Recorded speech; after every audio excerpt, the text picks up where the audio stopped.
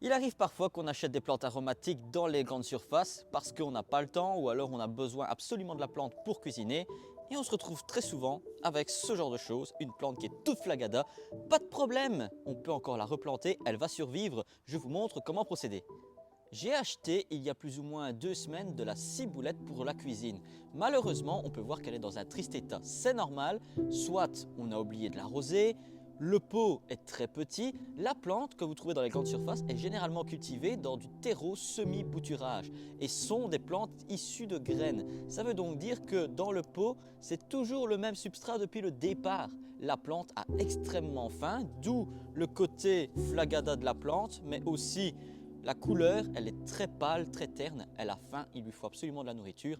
Pour ça, il n'y a pas d'autre solution, il va falloir intervenir. Et les deux façons de procéder différentes sont la plantation dans un pot à l'extérieur ou bien en pleine terre, et c'est ce que j'ai choisi.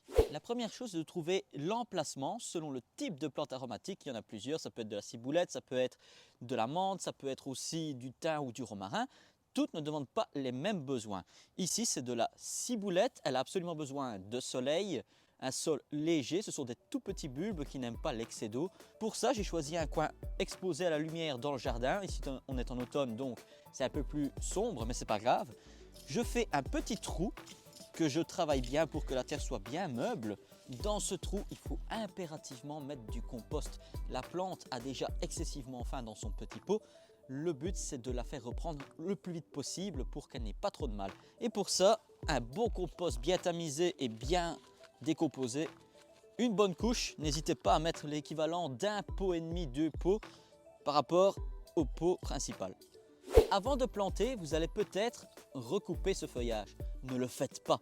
Contrairement à ce qu'on pourrait faire d'habitude pour aider la plante à reprendre plus rapidement, elle est déjà suffisamment faible que pour supprimer du feuillage qui capte encore de la photosynthèse. Je vais le laisser tel que, mais ce que je vais faire, c'est le planter plus profond. La partie blanche ici en bas va être sous terre, de telle manière à redresser le feuillage un minimum. Et de toute façon, la saison est presque finie, donc c'est inutile de couper. La plante va emmagasiner ses réserves dans les petits bulbes pendant tout l'hiver. Et au printemps seulement, vous aurez une plante qui va repartir de plus belle, droite comme un i.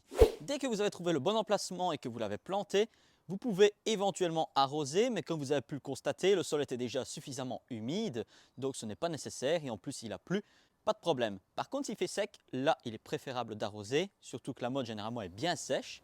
Il va falloir maintenant être patient, l'hiver va passer et seulement au printemps vous allez voir la différence. S'il y a une leçon à en tirer, c'est que même si la plante que vous avez achetée est malade, presque morte ou en tout cas pas très bien dans votre cuisine, avant de la jeter, essayez absolument de la planter dans votre jardin si elle supporte l'hiver. Si ce n'est pas le cas, mettez-la dans un pot à l'intérieur, dans une pièce super lumineuse, comme ça la plante peut repartir éventuellement. Je pense par exemple au basilic, qui est une plante qui ne supporte pas l'hiver. Pour plus de conseils et astuces, n'hésitez pas à nous suivre, à vous abonner et nous on se retrouvera très bientôt.